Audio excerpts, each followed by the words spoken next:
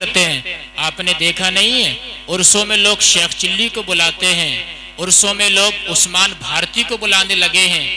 آج کل کیسی کیسی خرافاتیں چل رہی ہیں۔ ایک جگہ ہمارے علاقے میں حضرت شیخ چلی کو لوگوں نے عرس میں بلایا، شیخ چلی کو لوگوں نے عرس میں بلایا۔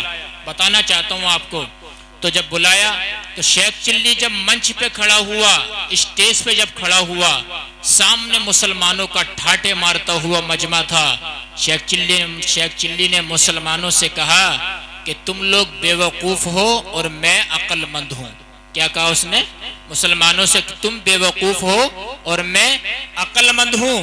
ایک مسلمان اٹھا اور اس نے کہا کہ ہم بیوقوف کیسے ہیں، تو عقل مند کیسے ہے؟ تو شیخ چلی یاد رکھنا وہ مسلمان نہیں ہے بلکہ غیر مسلم ہے۔ اس نے کہا کہ میں عقل مند ایسے ہوں، تم بیوقوف اس طرح ہو کہ تم مجھے ٹکٹ لے کر دیکھ رہے ہو اور میں تمہیں فری میں دیکھ رہا ہوں۔ ارے بھئی بات سمجھو اس کی، تم مجھے پیسے سے دیکھ رہے ہو اور میں تمہیں فری میں دیکھ رہا ہوں۔ اللہ اکبر کبیرہ۔ میں پوچھنا چاہتا ہوں نگلا پوروا کے زندہ دل مسلمانوں، کیا تمہارا پیسہ اتنا سستا ہے شیخ چلی پہ اڑانے کے لیے، عثمان بھارتی پہ اڑانے کے لیے، ناچنے والیوں کو، رقاصاؤں کو اپنی شادیوں میں بلاتے ہو؟ یہ تو بڑی خوشی کی بات ہے کہ ہمارے افضل صاحب نے یہ نبی کا جلسہ سجا کے انہوں نے ایسا کام کیا ہے۔ قسم کھا کے کہتا ہوں رسول اللہ نے اگر نگاہ کرم ان کے اوپر ڈال دی ہے، جہاں پر کئی سال کی عبادت ان کو لے کر کے نہیں جا سکتی ہے، نبی کریم کی ایک نگاہ کرم ان کو وہاں پہنچا دے۔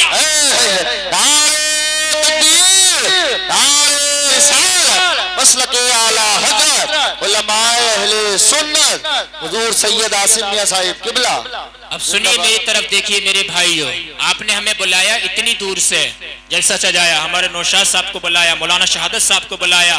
اللہ اکبر۔ میرے بازو میں قاری ابو ذر صاحب بیٹھے ہوئے ہیں، یہ بھی ان کی محبت ہے، نقیب صاحب بیٹھے ہوئے۔ اب سنیے میں آپ کو انشاءاللہ ایک بہت اچھا پیغام دے کر کے جاؤں گا۔ بولیے، بولو بولو سبحان اللہ۔ میرے ساتھ آپ کو بولنا پڑے گا، خاموشی سے کام نہیں چلے گا۔ ادھر والے بول دیں یا رسول اللہ، یا رسول اللہ۔ اب میں آپ کو بتانا چاہتا ہوں انسان کا جو دل کرتا ہے نا آج کے ٹائم میں وہی انسان کرتا چلا جاتا ہے۔ اللہ اکبر۔ آج انسان کیا کیا دور ہے میرے بھائی، تمہیں اللہ تعالیٰ نے دنیا میں بھیجا ہے کہ اپنی مرضی سے زندگی گزارنے کے لیے بھیجا ہے؟ نہیں، اپنی مرضی سے تم زندگی نہیں گزار سکتے ہو۔ اور میری اپنی ماں اور بہنوں سے بھی کہنا چاہوں گا تم اپنی مرضی سے زندگی نہیں گزار سکتے ہو بلکہ اللہ تعالیٰ کی اطاعت کرنا پڑے گی، نبی کی اتباع کرنا پڑے گی، تب ہم کامیاب ہو جائیں گے۔ آج انسان اپنی مرضی سے زندگی گزار رہا ہے، یعنی کہ ہمارا دل کرتا ہے ہم فیس بک چلانے بیٹھ جاتے ہیں، ہمارا دل چاہتا ہے ہم واٹس ایپ چلانے بیٹھ جاتے ہیں، ہمارا دل چاہتا ہے ہم ٹویٹر دیکھنے بیٹھ جاتے ہیں، ہمارا دل چاہتا ہے ہم پب جی کھیلنے بیٹھ جاتے ہیں، ہمارا دل چاہتا ہے ہم شراب پی لیتے ہیں، ہمارا دل چاہتا ہے ہم سٹا کھیلنے لگ جاتے ہیں۔ میرے بھائی تم اپنی مرضی سے زندگی مت گزارنا بلکہ قرآن سے پوچھتے ہیں اے قرآن ذرا تو بتا دے ہمیں زندگی کیسے گزارنی ہے۔ قرآن کون سی کتاب ہے؟ قرآن دنیا کی سب سے زیادہ بڑی کتاب ہے، سب سے زیادہ پڑھی جانے والی کتاب دنیا کے اندر اگر کوئی ہے تو وہ قرآن عظیم ہے۔ قرآن سے پوچھتے ہیں اے قرآن ذرا یہ بتا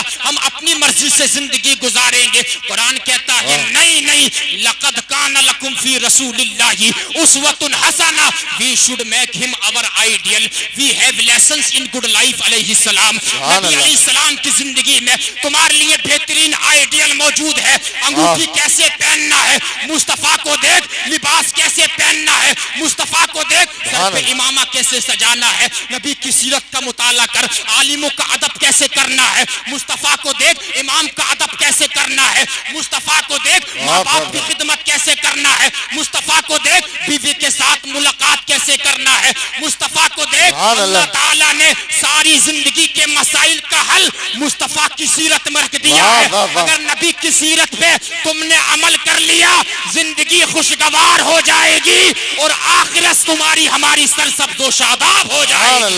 نعرہ تکبیر، نعرہ رسالت، نعرہ غوثیت، مسلک اعلیٰ حضرت علماء اہل سنت حضور سید عاصم میاں صاحب قبلہ رامپوری، نعرہ تکبیر، نعرہ رسالت۔ یہ حالات ہیں ہمارے۔ میں بتانا چاہتا ہوں نگلا پوروا کے زندہ دل مسلمانوں، ہمارا حالات کیا ہے؟ یہ تو کوئی ہوتا ہے جو محفل سجا کے بیٹھ جاتا ہے، یار بڑی خوشی کی بات ہوتی ہے، لوگ تو صرف غموں کے موقع پہ اللہ کو یاد کرتے ہیں، لوگ تو صرف 10ویں پہ اللہ کو یاد کرتے ہیں، لوگ تو صرف 20ویں کی محفلوں میں اللہ و رسول کا ذکر کراتے ہیں۔ میرے بھائی، اللہ تعالیٰ نے اگر تمہیں خوشی کا دن دکھایا ہے، یہ سحرے کا دن دکھایا ہے، تو اللہ تعالیٰ کا ذکر کرانا چاہیے۔ جیسا کہ یہ ذکر ہو رہا ہے، ہمارا معاملہ یہ نہیں ہونا چاہیے کہ غموں کے موقع پہ محفل سجا کر بیٹھ جاتے ہیں، نہیں، خوشی کے موقع پہ بھی ذکر کرانا چاہیے جیسا کہ ذکر ہو رہا ہے۔ اور ہمیں تو اعلیٰ حضرت کی زبان میں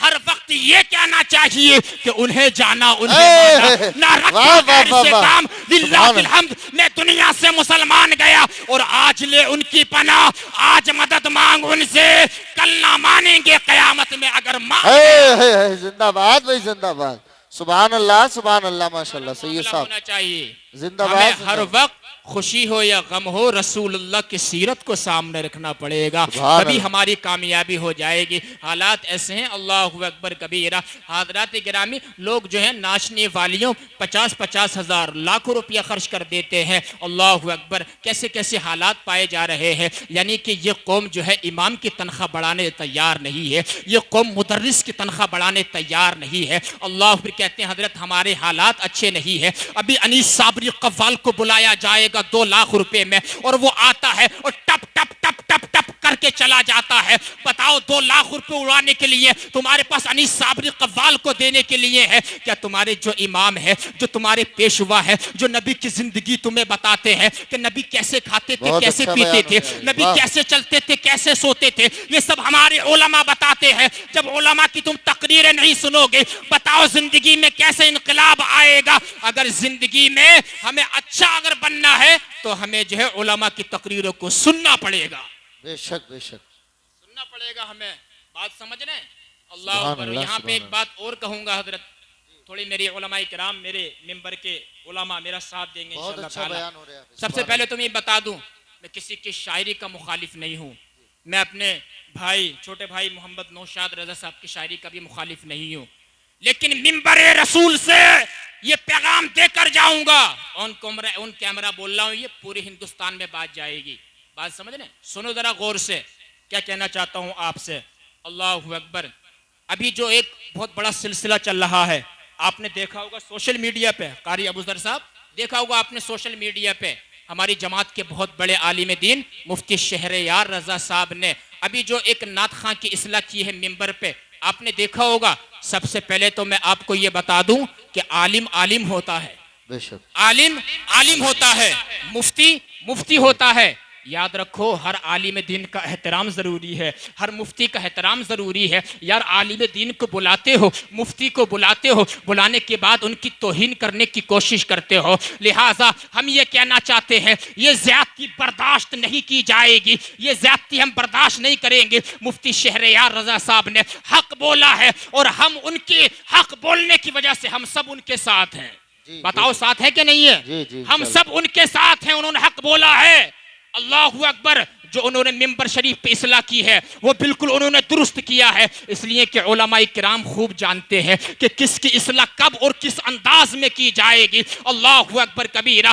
اور میں خانقاہ صابریہ چشتیہ کا سجادہ نشین ہونے کی حیثیت سے یہ بات بھی ضرور کہہ کر کے جاؤں گا کہ شبیر برکاتی جیسے جاہل علماء کے گستاخوں کا بائیکاٹ ہر جلسے سے، ہر کانفرنس سے، ہر دارالافتاء سے، اللہ اکبر، ہر علاقے سے ہونا چاہیے۔ اور میں کہنا چاہتا ہوں اپنے علماء کرام سے بھی گزارش کروں گا، گزارش میرے بھائیوں، اب قلم کو حرکت دو، ضرورت ہے قلم کو حرکت دینے کی، اب منہ کھولو، ضرورت ہے منہ کھولنے کی، اب اٹھو، ضرورت ہے اٹھنے کی۔ اللہ اکبر۔ اگر تم نہیں اٹھو گے، اگر تم نہیں بولو گے، جلسوں سے خرافات کو ختم نہیں کرو گے، تو وہ دن دور نہیں ہے کہ علماء کرام کی عزتیں ختم ہو جائیں گی، اور جب نائبین رسول کی عزتیں ختم ہو جائیں جائیں گی تو بتاؤ ہم اپنی عزتوں کا کیا کریں گے؟ اللہ اکبر. آپ سے کہنا چاہتا ہوں اور اس منبر رسول سے یہ پیغام میں دے کر کے جانا چاہتا ہوں، میرے سامنے بیٹھے ہوئے سنی جنتی مسلمانوں، اگر اپنی عزتیں بچانا چاہتے ہو اور زندگی میں انقلاب لانا چاہتے ہو تو علماء کرام کی تمہیں عزتیں کرنا پڑیں گی، اور شعر و شاعری سے زیادہ عالموں کی تقریروں کو ہمیں سننا پڑے گا. نعرہ تکبیر، نعرہ رسالت، نعرہ غوثیت، مسلک اعلی حضرت علماء اہل سنت حضرت علامہ حضور سید عاصم میاں صاحب قبلہ. نعرہ تکبیر، نعرہ رسالت. بہت یہ حالات ہیں ہمارے. ضرورت ہے اللہ اس اکبر. پیغام کی ماشاءاللہ. تقریر سے میرے بھائی انقلاب آتا ہے، تقریر سے زندگی سنورتی ہے، تقریر سے بہت کچھ آتا ہے. نعت رسول بھی عبادت ہے، وہ بھی ہمیں پڑھنا سننا چاہیے، لیکن ادب کتنا ادب ہوتا ہے. ابھی مجھ سے پہلے ہمارے نوشاد رضا کتنے اچھے انداز میں نعت پاک پڑھ رہے تھے. اللہ اکبر. یہ ادب ہوتا ہے. ادب کتنی بڑی چیز ہے. جس انسان کے پاس ادب آ گیا وہ انسان بہت بڑا انسان ہے. جو ادب سے خالی ہے وہ انسان جو ہے بیکار ہوتا ہے، چاہے کتنے پیسے والا ہو جائے. جس کے پاس ادب نہیں ہے سمجھ لو اس کے پاس کچھ نہیں ہے. بات سمجھ رہے؟ یہ حالات ہیں ہمارے. اللہ تعالی ہم سب کو علماء کرام کی عزت کرنے کی توفیق عطا فرمائے. آمین آمین. علماء کرام کی عزت کرنے کی توفیق عطا فرمائے. اب سنو ذرا، میری بات طول پکڑ رہی ہے. جبکہ میں نے حدیث پاک پیش کی ادھر تو میں آیا ہی نہیں ہوں. آئیے حدیث پاک آپ کو سناتا ہوں. بہت پیاری حدیث پاک، محبت سے بول دیں سبحان اللہ. سبحان اللہ. میں نے حدیث شریف پیش کی. او بیٹے صاحب تھوڑے اس کی آواز بڑھانا ذرا. آواز بڑھا، ہلکا سا بڑھا دیجئے. ماشاءاللہ بہت اچھا بول رہا. ایک بار بولے محبت سے یا رسول اللہ. یا رسول اچھا اللہ. پیچھے والے بول دیں آپ کو آواز سمجھ میں آ رہی ہے؟ بالکل صاف کلیئر. کیونکہ ہمارا مقصد یہ ہے کہ آپ کے سمجھ میں آ جائے اور انشاءاللہ دل میں ہماری بات اتر جائے. سبحان اللہ. ہمارے دولے میاں صاحب کہاں چلے گئے؟ افضل صاحب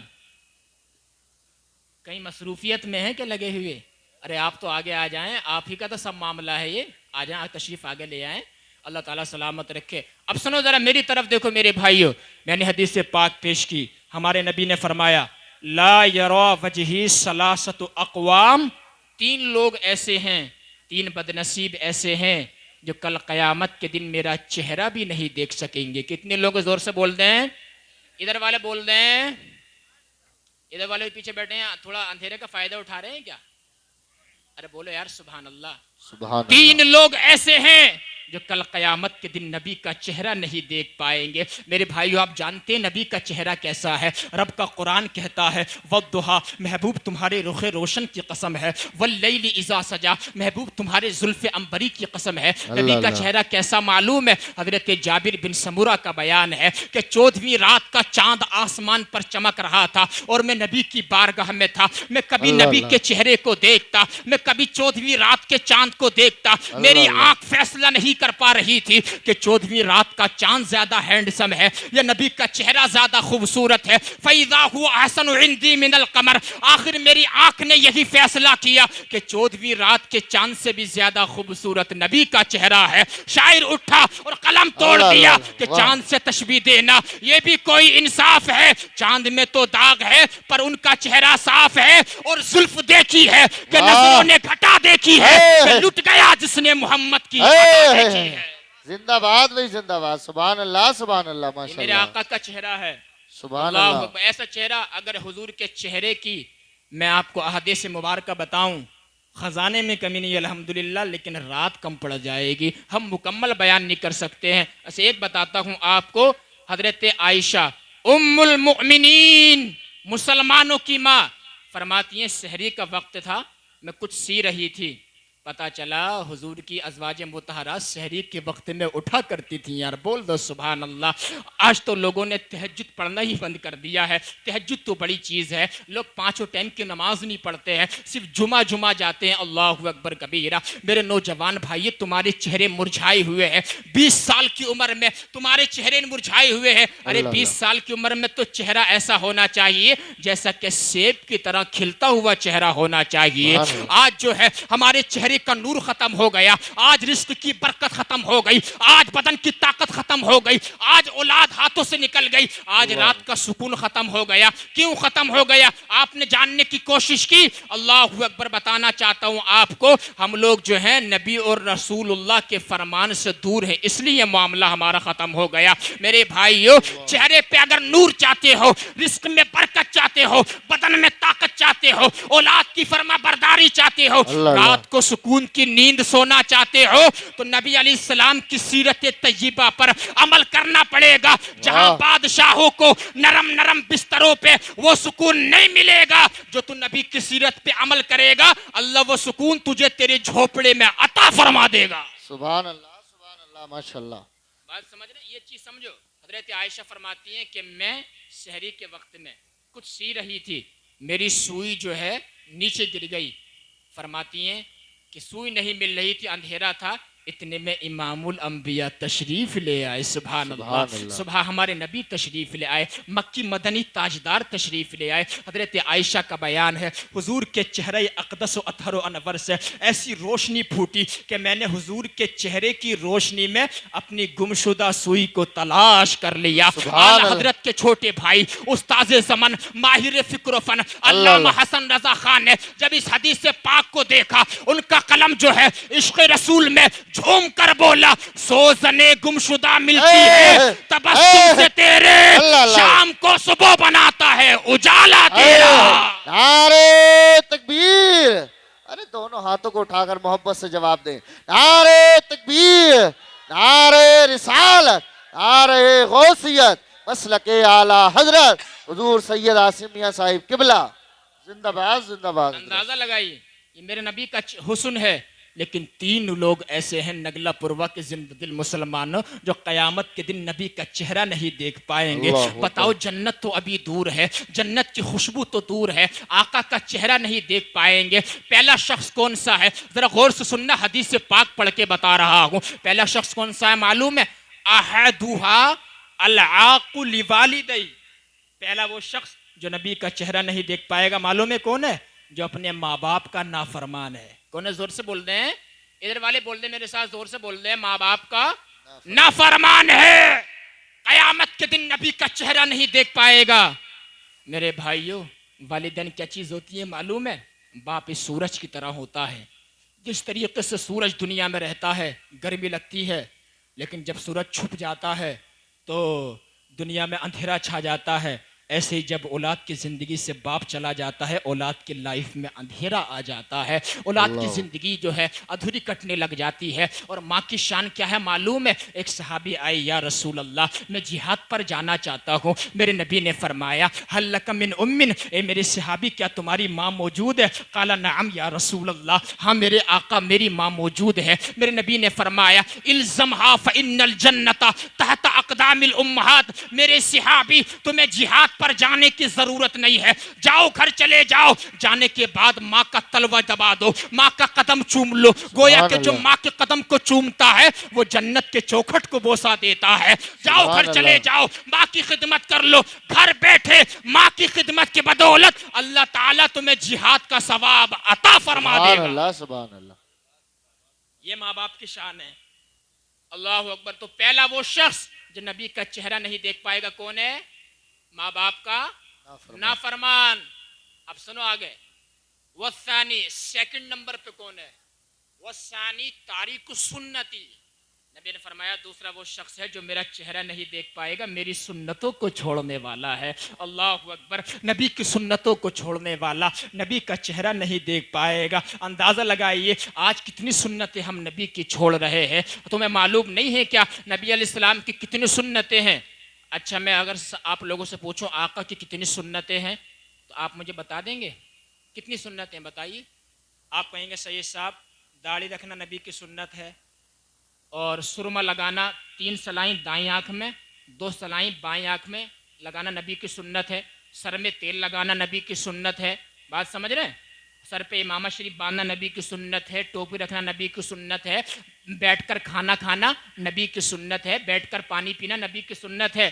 لیکن مجھ 10-15 سنتیں بتا کے آپ خاموش ہو جائیں گے، لیکن آپ کو بتاؤں حضور کی صرف 10-15 سنتیں نہیں ہیں، حکیم الامت مفتی احمد یار خان نعیمی نے اپنی کتابوں کے اندر لکھا ہے حضور کی 10 سنتیں نہیں ہیں بلکہ حکیم الامت فرماتے ہیں حضور علیہ الصلوۃ والسلام کی 450 سنتیں ذکر فرمائی ہیں. بولو یار سبحان اللہ. کتنی سنتیں؟ 450 سنتیں ذکر فرمائی ہے. میرے بھائیو بتانا چاہتا ہوں آپ کو جہاں پر داڑھی رکھنا نبی کی سنت ہے وہیں پر سچ بولنا بھی نبی کی سنت ہے. یہ تو سراپے کی سنتیں ہیں. داڑھی رکھنا سراپے کی سنت ہے. امامہ سجانا سراپے کی سنت ہے. کردار کی سنت پہ عمل کون کرے گا؟ کریکٹر کی سنت پہ عمل کون کرے گا؟ کردار کی سنت کیا ہے؟ کردار کی سنت یہ ہے سچ بولنا بھی نبی کی سنت ہے. کسی سے اگر تم نے قرضہ لیا ہے اس قرضے کو وقت پہ لوٹا دینا یہ بھی نبی کی سنت ہے. وعدہ پورا کرنا یہ بھی نبی کی سنت ہے. اللہ اکبر کبیرہ. اور کسی کو معاف کر دینا یہ بھی نبی کی سنت ہے. اور آقا نے ارشاد فرمایا من احب سنتی جس نے میری سنت سے پیار کیا فقد احبنی اس نے مجھ سے پیار کیا. ومن احبنی اور جس نے مجھ سے پیار کیا کانا معی فی الجنہ وہ جنت میں میرے ساتھ جائے گا. سبحان اللہ سبحان اللہ. کس کے ساتھ جائے گا؟ زور سے بول دیں. نبی کے ساتھ. اندازہ لگائیے نبی کے ساتھ وہ جائے گا. یہ نبی کی سنت ہے. اچھا سنت رسول پہ عمل کے میں آپ کو 4 بڑے خاص فائدے بتاتا ہوں. کتنے فائدے؟ 4 بڑے خاص فائدے. پھر بات آگے بڑھاتے ہیں.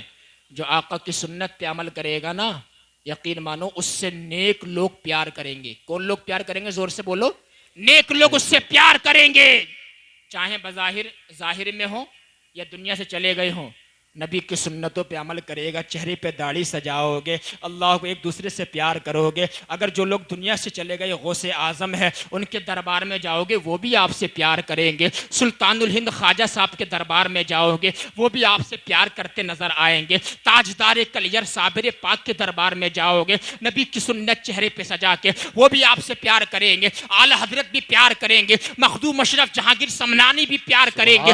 وارث دیبا بھی پیار کریں گے. سیدنا مدار پاک بدیع الدین بھی پیار کریں گے. سارے بزرگ پیار کریں گے. جو نبی کی سنت پہ عمل کرے گا اس سے سارا زمانہ پیار کرے گا. سبحان اللہ سبحان اللہ. آپ نے دیکھا نہیں ہے جس کی داڑھی نہیں ہوتی ہے اسے انسان تو تڑانک بھی بول دیتا ہے لیکن قاری نوشاد صاحب جس کی داڑھی ہوتی ہے انسان بڑے حساب سے بولتا ہے. تم سے بولتا ہے عزت کرتا ہے. میرے بھائی داڑھی ہی ہے جو انسان کی عزت کرا دیتی ہے. سبحان اللہ. سبحان اللہ. پہلا لوگ تمہاری عزت کریں گے رسپیکٹ کریں گے. سیکنڈ نمبر پہ جو نبی کی سنت پہ عمل کرے گا آقا کے فرمان پہ عمل کرے گا برے لوگوں کے دلوں میں اس کی ہیبت ڈال دی جائے گی. برے لوگوں کے دلوں میں کوئی اس کی برائی نہیں کرے گا. تیسرے نمبر پہ اس کے رزق میں برکت ڈال دی جائے گی. اس کا رزق کوشادہ کر دیا جائے گا. آج ہر کسی کا مسئلہ ہے نا لوگ آتے ہیں سید صاحب ہمارا بزنس جو ہے لوس میں جا رہا ہے. ہمارا ہوٹل نہیں چلتا ہے. یہ معاملات ہیں. ہمارے کاروبار ٹھپ ہو گیا ہے. میں کہنا چاہتا ہوں میرے بھائی رزق میں برکت چاہتے ہو نا یہ چاہتے ہو تمہارے دسترخوان میں صحت میں رزق میں برکت ہو جائے تو آقا کی سنت پہ عمل کر لو. اللہ تعالیٰ فضل و کرم فرما دے گا انشاءاللہ. سنت پہ عمل کرنا ضروری ہے چونکہ قرآن پہلے سے اعلان کر رہا ہے جو میرے نبی کی اتباع کرے گا ہم اسے دنیا میں بھی کامیاب کر دیں گے آخرت میں بھی کامیاب کر دیں گے. اور چوتھا فائدہ کیا ہے؟ جو آقا کی سنت پہ عمل کرے گا اللہ تعالیٰ اس کو دین میں استقامت عطا فرمائے گا. دین میں استقامت بہت بڑی بات ہے. کیسے معلوم ہے آپ کو بتاؤں؟ دین میں استقامت نہیں ملتی ہے لوگوں کو. آپ پوچھیں گے صحیح صاحب کیسے؟ وہ اس طرح کہ اگر آپ نماز پڑھنے جاتے ہیں آپ نے دل میں ارادہ کیا یا اللہ آج کے بعد نماز نہیں چھوڑوں گا صرف 3 دن نماز پڑھتے ہیں چوتھے دن اپنی حالت پہ آ جاتے ہو. یا اللہ آج کے بعد کوئی روزہ نہیں چھوڑوں گا صرف جو ہے چند روزے رکھتے ہو پھر جو ہے اپنی حالت پہ آ جاتے ہو. دین میں استقامت یعنی کہ پے در پہ کنٹینیو لگاتار کوئی کام اگر تمہیں کرنا ہے اس کو دین میں استقامت کہتے ہیں. آقا کی سنت کو اپنا کے دیکھو اللہ تعالیٰ تمہیں ایک نہ ایک دن دین میں استقامت عطا فرما دے گا. 5 ٹائم کا نمازی بنا دے گا. رمضان کے روزے کا رکھنے والا بنا دے گا. اللہ اکبر کبیرہ. آقا کی سنت کے کیا کیا فائدے ہیں آپ کو بتاؤں میں. نبی نے فرمایا من تمسک بسنتی عند فساد امتی فلہ اجر 100 شہید. نبی فرماتے ہیں جو میری مٹنے والی ایک سنت کو زندہ کر دے گا اللہ تعالیٰ اس کے کھاتے میں تمہیں 100 شہیدوں کی شہادت کا ثواب عطا فرما دے گا. سبحان اللہ. کتنے شہیدوں کی؟ اچھا شہید انسان گردن کٹا کے ہوتا ہے؟ شہید انسان گردن کٹا کے ہوتا ہے. جو نبی کی سنت پہ عمل کرے گا اللہ اس کو 100 شہیدوں کی شہادت کا ثواب عطا فرمائے گا. اور شہید کون ہوتا ہے؟ زور سے بول لیں. شہید کون ہوتا ہے؟ جنتی. جو نبی کی سنت پہ عمل کرتا ہے وہ جنتیوں والا کام کرتا ہے. تو دوسرے نمبر پہ جو نبی کا چہرہ نہیں دیکھ پائے گا وہ انسان ہے جو نبی کی سنتوں کو چھوڑنے والا ہے. اور سنو میرے بھائیو، تیسرا شخص کون سا ہے؟ آقا نے فرمایا وَالثَّالِثُ مَنْ ذُكِرْتُ عِنْدَهُ فَلَمْ يُصَلِّ عَلَيَّ. نبی نے فرمایا جو میرا چہرہ قیامت کے دن نہیں دیکھ پائے گا وہ شخص ہے، آقا نے فرمایا، جو جس کے سامنے میرا ذکر کیا جائے، جس کے سامنے میرا چرچا کیا جائے، جس کے سامنے میرا نام لیا جائے، میرا چرچا سن کے، میرا نام سن کے، میرا ذکر سن کے پھر جو مجھ پر درود پاک نہیں پڑے گا قیامت کے دن وہ میرا چہرہ نہیں دیکھ پائے گا. پڑھیے بلند آواز سے صلی اللہ علیہ وسلم. میرے بھائیو درود پاک پڑھا کرو. آپ سے کہنا چاہتا ہوں درود پاک کے بہت فضائل ہیں، علماء کرام بتاتے رہتے ہیں مسجدوں کے اندر. آپ سے کہنا چاہتا ہوں اگر زندگی میں عزت چاہتے ہو تب نبی پر درود پاک پڑھو. میرے بھائیو ذلت سے بچنا چاہتے ہو نبی پر درود پاک پڑھو. میرے بھائیو قبر میں اس انداز سے اترنا چاہتے ہو کہ نبی اپنے ہاتھوں سے تمہیں قبر میں اتار رہے ہو تب نبی پر درود پاک پڑھو. اے لوگو اگر مدینہ شریف جانا چاہتے ہو نبی پر درود پاک پڑھو. اور خواب میں نبی کے چہرے کی زیارت کرنا چاہتے ہو نبی پر درود پاک پڑھو. مدینہ شریف جانا چاہتے ہو نبی پر درود پاک پڑھو. اور میرے بھائیو کل قیامت کے دن نبی علیہ السلام کی شفاعت کبریٰ پا کے جنت میں نبی کا پڑوسی بننا چاہتے ہو نبی پر درود پاک پڑھو. اور آقا نے ارشاد فرمایا کل قیامت کے دن میرے سب سے زیادہ قریب وہ ہوگا اکثرہم علیہ صلاۃً جس نے دنیا میں رہ کر مجھ پہ سب سے زیادہ درود پاک پڑھا ہوگا. سبحان اللہ. سبحان اللہ. کیا پڑھا ہوگا؟ زور سے بولیں. درود پاک پڑھا کرو میرے بھائیو. اپنی ماں اور بہنوں سے بھی کہنا چاہوں گا تم بھی درود پاک پڑھا کرو. جب تم کھانا بناتی رہتی ہو، کھانا تو ہاتھوں سے بنتا ہے نا، منہ تو زبان تو فارغ رہتی ہے، زبان سے کوئی کام نہیں ہوتا ہے. کھانا ہی بناتی رہا کرو، نبی پہ درود پاک بھی پڑھتی رہا کرو. ادھر کھانا بھی بنتا رہے گا، درود پاک کی برکت سے تمہارے کھانے میں مٹھاس بھی آتی رہے گی. سبحان اللہ. بیڑا پار ہو جائے گا. تو 3 شخص کی کہانی میں نے تمہیں بتائی ہے. اللہ اکبر کبیرہ. نبی علیہ الصلوۃ والسلام کی یہ سنتیں ہیں. اور شادی کرنا نبی کی سنت ہے، نکاح کرنا آقا کی سنت ہے. اللہ اکبر. جو نکاح کو نکاح سمجھ کر آقا کی سنت سمجھ کے کر لے گا اللہ نے فرمایا اغناہم اللہ ورسولہ من فضلہ، یعنی جو نبی کی سنت سمجھ کے اور اس پہ عمل کر لے گا تو اللہ فرماتا ہے ہم اسے اپنے فضل و کرم سے، اگر وہ غریب ہے تو اسے مالدار بنا دیں گے، ہم اسے غنی کر دیں گے. وہ دنیا میں کسی کا محتاج نہیں رہے گا. اگر محتاج رہے گا تو اس رب العالمین کا محتاج رہے گا جو سارے عالمین سے بے نیاز ہے. بس تمہیں اتنا کرنا ہے، نبی کی سنت پہ عمل کرنا ہے، انشاءاللہ بیڑا پار ہو جائے گا. سبحان اللہ. کرو، عمل کرو، انشاءاللہ بیڑا پار ہو جائے گا. حضرات لیکن حالات ایسے ہیں، آقا علیہ الصلوۃ والسلام نے فرمایا کہ شادیوں میں بھی تاخیر مت کرو.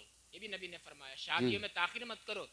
بریلی شریف میں جن دنوں میں نقیب صاحب پڑھ رہا تھا، میں عالم کورس کر رہا تھا، تو میں مسجد میں گیا نماز پڑھنے کے لیے. تو ایک صاحب روزانہ نماز پڑھنے آتے تھے. ان کی عمر تقریباً سمجھ لیجئے کہ 40-45 سال تھی. میں نے ان سے کہا کہ بھائی آپ کی شادی ہو گئی؟ انہوں نے کہا صحیح صاحب. بولا میری 45 سے بھی عمر کروس کر گئی ہے، میرے گھر والے میری شادی نہیں کر رہے. تو میں نے ان سے کہا کیا وجہ ہے؟ انہوں نے کہا صحیح صاحب بات یہ ہمارے گھر والے کہتے ہیں سیٹل ہو جا یعنی کہ ایک جگہ پر کامیاب ہے تب تیری شادی کر دیں گے. میرے بھائیو سیٹل ہونے میں بتاؤ تم اپنی شادی 40-50 سال کی عمر میں کرو گے. میں پوچھنا چاہتا ہوں آپ سے، بتاؤ ذرا پھر اللہ بیچ کا جو زمانہ گزرا ہے، جو گناہوں میں لت پت ہے، اس کا حساب بتاؤ کون دے گا؟ آپ سے کہنا چاہتا ہوں شادیوں میں تاخیر نہیں کرنا چاہیے. جیسے ہی عمر ہو جائے لے اللہ اکبر. میرے یعنی کہ قوم کے وہ والدین جن کی اولادیں جوان ہو گئی ہیں، جیسے ہی بچے جوان ہو جائیں فوراً ان کے کے نکاح کا بندوبست کر دینا چاہیے، ورنہ انسان گناہوں میں لت پت ہو جاتا ہے۔ یہ حق بول رہا ہوں، حق، اس کو تمہیں قبول کرنا سیکھنا پڑے گا۔ اللہ اکبر کبیرہ۔ حضرات گرامی، حالات ہمارے یہ ہیں، میں آپ کو بتانا چاہتا ہوں، نبی علیہ الصلوۃ والسلام کی ایک سنت یہی ہے کہ حضور نے فرمایا فرمان پہ عمل کر لو کہ شادیوں میں تاخیر مت کرو، اور دوسرا حضور علیہ الصلوۃ والسلام کی سنت ایک بتاؤں آپ کو، پیارے آقا صلی اللہ علیہ وسلم کی ایک سنت ہے، حضور کی سنت، ہر غریب سے پیار کرنا، یہ ہمارے نبی کی سنت ہے۔ بات سمجھ رہے ہیں؟ ہر غریب سے پیار کرنا، اور بیٹیوں سے بھی پیار کرنا نبی کی سنت ہے۔ بولو یار، بولو بولو سبحان اللہ۔ بیٹیوں سے پیار کرنا کس کی سنت ہے؟ زور سے بول دیں ذرا، نبی کی سنت ہے۔ اللہ اکبر۔ آج تو لوگ بیٹیوں سے پیار نہیں کرتے ہیں۔ آپ سے کہنا چاہتا ہوں، علماء کرام کی دعائیں چاہوں گا، آج حالات یہ ہو گئے ہیں، حضرت بڑا برا ماحول چل رہا، آپ کو بتا دوں کتنے لوگ ایسے ہیں، کسی کے ہاں بیٹی پیدا ہوتی ہے نا، کتنے کم بخت بدقسمت لوگ ایسے ہیں، ان کو تو میں کم نصیب کہتا ہوں۔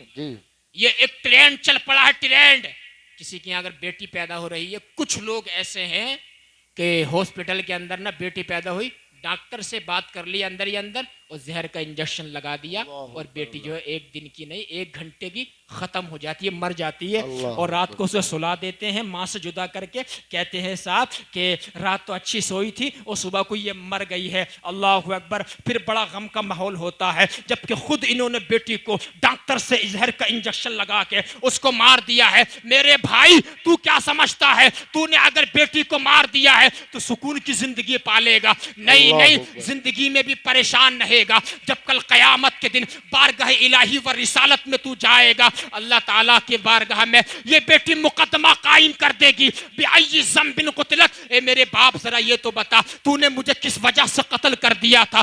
وہاں تیری پکڑ ہو جائے گی، اور جب تیری وہاں پکڑ ہو جائے گی تو بتا پھر تیرا سہارا بننے کون آئے گا؟ میرے بھائی، تجھے معلوم نہیں ہے نبی نے بیٹیوں سے کتنا پیار کیا ہے؟ آپ کو معلوم نہیں ہے آقا نے ارشاد فرمایا، جس کے پاس بیٹیاں ہیں سمجھ لو وہ تو اس کے لیے جہنم سے آڑ ہیں۔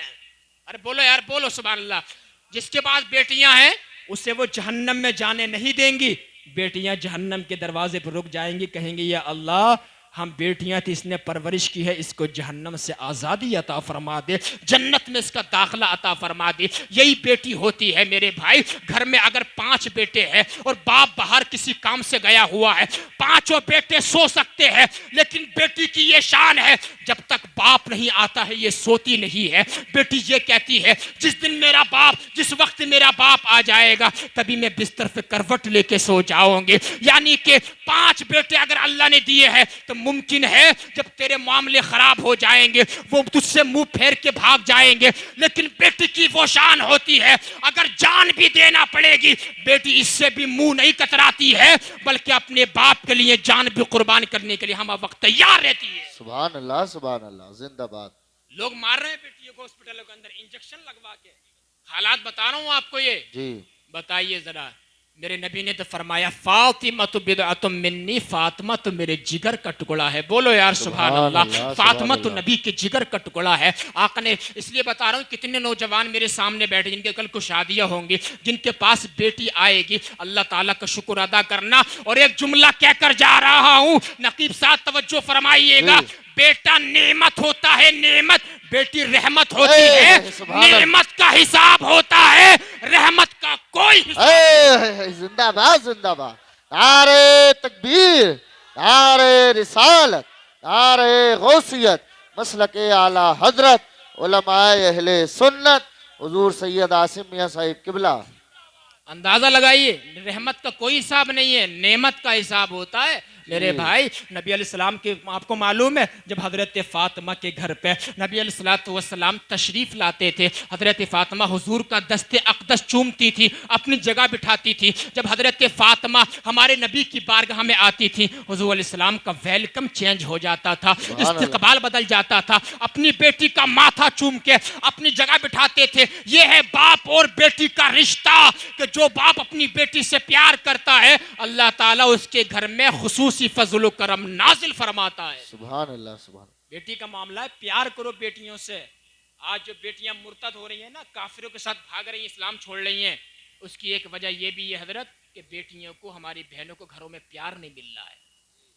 دوسرے لوگ پیار دکھاتے ہیں تو وہ ادھر چلی جاتی ہیں، چونکہ یہ کچی شیشیاں ہوتی ہیں۔ حدیث پاک کے مطابق اللہ تعالیٰ نے اگر دیا ہے، بیٹی اگر تمہیں دی ہے نا، شکر ادا کرو۔